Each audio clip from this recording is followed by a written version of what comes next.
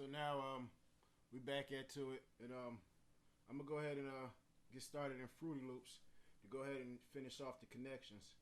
So the first thing I'm gonna do is I'm gonna go ahead and go options, and then we're gonna go down to MIDI settings. So the first thing I'm going to do is set up my Behringer Control Fader 2000, and as you can see, it's listed in the output. So what you want to do is go over and put that on port 102 on the output. Let's go down to the output under BCF 2000.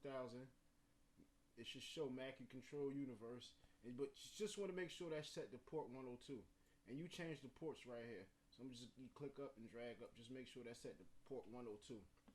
And then in the input tab, also just go down to your Behringer Control Fader. Make sure you click the enable button. The controller type you want to select is the Mackie Control Universal. Do not select the Behringer BCF 2000. Select the Mackie Control Universal, and as well make sure that's set to port 102. So now that should go ahead and take care of the connections for the BCF 2000. And while I'm in here, I'm going to just go ahead and set up the MPK, and as well as the MPC as well. So back to the outputs.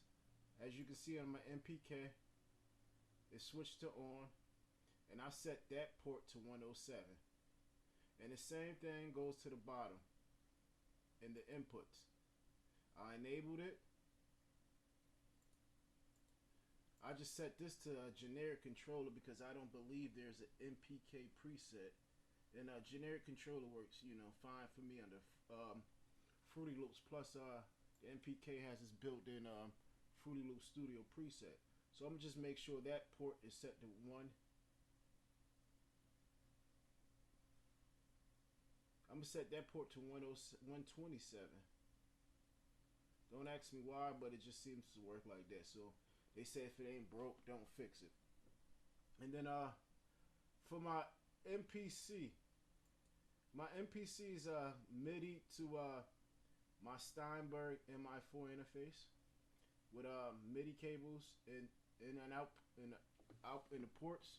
So just make sure if you have your MPC hooked up in the normal MIDI handshake method, and that should show under the outputs as well in Fruity Loops. So for some reason, I just have that port set to 9, and as well in the inputs, I have that port set to 9, and it's on, and then it's enabled, and I have it set to a generic controller as well. So that's pretty much the settings I have for my MPC, my BCF 2000, and my Akai MPK.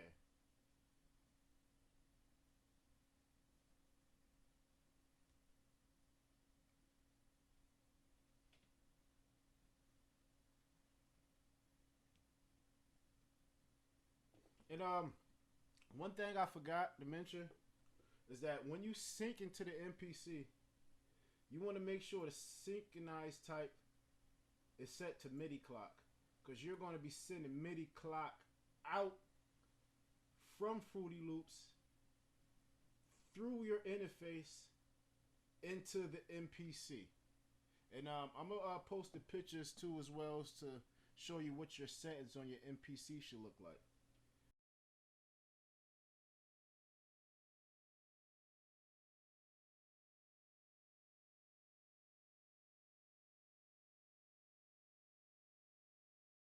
Now I'm just go ahead and click the X here, and the way I have it now is that if I go ahead and click play on my BCF 2000, Fruity Loops should go ahead and play.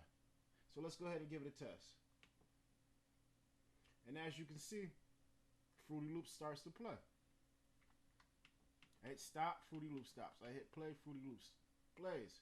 So I'll go ahead and stop. So I just want to test the mix out as well while I have it here.